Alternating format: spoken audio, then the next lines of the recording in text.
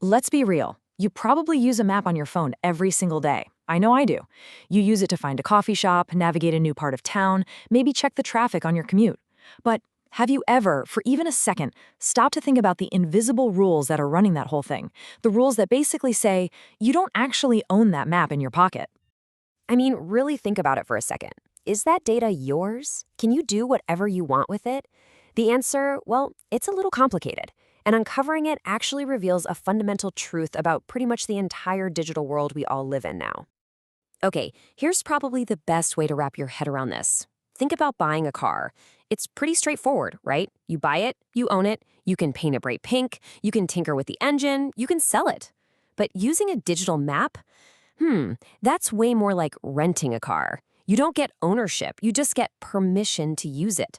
And you have to follow a very specific set of rules. And that right there is the single most important thing to get. When you use geospatial data, any map data really, you're not buying it. You're not actually acquiring ownership of it. What you're really getting is something called a license. A license is basically a legal permission slip. The company that created all that data, they're called the licensor, they keep full ownership. They're just granting you, the licensee, the right to use it for specific things. This is exactly why all that fine print you always scroll past is so incredibly important. It's the official rulebook for your rental. So let's pop the hood on this digital rental agreement, shall we? Let's take a look at the key parts that define what you can do, and maybe more importantly, what you absolutely can't. First up, you've got the license grant. This is the what you can do section. It's the green light. It might say something like you can use the data for internal business purposes or for research. But here's the kicker. If it's not explicitly spelled out right here, you should probably assume it's off limits. And that leads us right to the restrictions. This is the big you can't do that list. Just like that rental car agreement says you can't use the car as a taxi or decide to repaint it, with map data, you're almost always forbidden from reselling it, from posting it online for anyone to download, or trying to reverse engineer it to get at the good stuff underneath. And then you'll stumble across a clause that looks something like this. This kind of language is in pretty much every single data license, and it's designed to make one thing crystal clear. They are not, under any circumstances, promising you that the data is perfect. So what does that mean? In plain English, you are using the map as is. You, the user, you assume all the risk. So if there's a road missing or an address is totally wrong, and that mistake leads you astray, well, that's on you, not the provider. But wait, what happens if that as-is data causes a huge, expensive problem for you or your business? Well, that's where this little gem comes in, the limitation of liability clause. You can think of it as the provider's financial escape hatch. So let's just put a number on that. Imagine a tiny map error causes your company $1 million mistake. So how much can you sue the data provider for?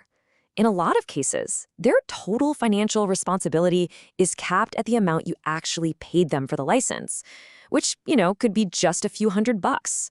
It is a stunning, stunning transfer of risk from them to you. Now, it's really important to know that not all licenses are the same. Not at all. You can kind of think of the data world as having two types of roads. You've got your open public roads, and then you've got your private toll roads. And this distinction, it's crucial. So on one side, you've got open data, like OpenStreetMap. It's amazing, it's free, but there's a really important rule. If you use it and improve it, you have to share those improvements back with everyone. Then on the other side, you've got commercial data. This costs money, and the number one rule is usually that you can't just give the raw data away. Each one has its place, right? Open data is incredible for community projects, while commercial data is often what you need for those super high-accuracy proprietary apps.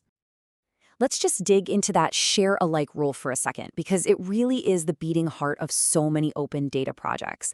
It's the mechanism that ensures that what starts open stays open. So if you take open map data and build some cool new thing with it, your creation must also be shared openly. It prevents anyone from just taking it, tweaking it, and locking it down behind a paywall. Of course, technology never ever stands still. And these new frontiers, like data aggregation and especially artificial intelligence, are pushing these digital rental agreements into some really fascinating and frankly complicated new places. One of the biggest hurdles people face today is data aggregation. I mean, what happens when you try to mix and match data from different sources? Let's say you try to combine share-alike open data with a really restrictive commercial data set. You can end up with a huge legal conflict. It's like oil and water. The open license says share everything, but the commercial license says share nothing. They just don't mix. And this whole idea of combining data and creating something new from it, well, that leads us to the biggest question in tech right now, doesn't it? Can this data be used to train an artificial intelligence? Data providers are moving incredibly fast on this. A lot of licenses are being updated right now to explicitly forbid using their data for AI training. And the reason is actually pretty simple. They are terrified that you'll use their data just once to build a super powerful AI that could then turn around and compete directly with them. So what are they doing? They're either banning it, or they're starting to charge a huge premium for a license that includes AI training rights. So after all this legal talk, you might be sitting there asking, okay, but why should I, a regular person, actually care about any of these complex terms? Well, the answer is actually really simple. Because these aren't just abstract legal ideas tucked away in some document. These invisible rules, the ones written in all that fine print, are actively shaping the technology we use every single day. Just think about it for a second. These licenses directly impact innovation. They decide which brilliant new apps get built and which ones, well, they die on the drawing board because the data is too expensive or too restrictive. They influence the cost and the features of the services you already rely on. And ultimately, they hold the keys to the future. They control how we use data to solve some of the biggest problems of our time, everything from self-driving cars to modeling climate change. So if you take just one thing away from all of this, let it be this. When you're using digital data, you are almost never an owner. You are a licensee. You're operating under a very specific and very important set of rules.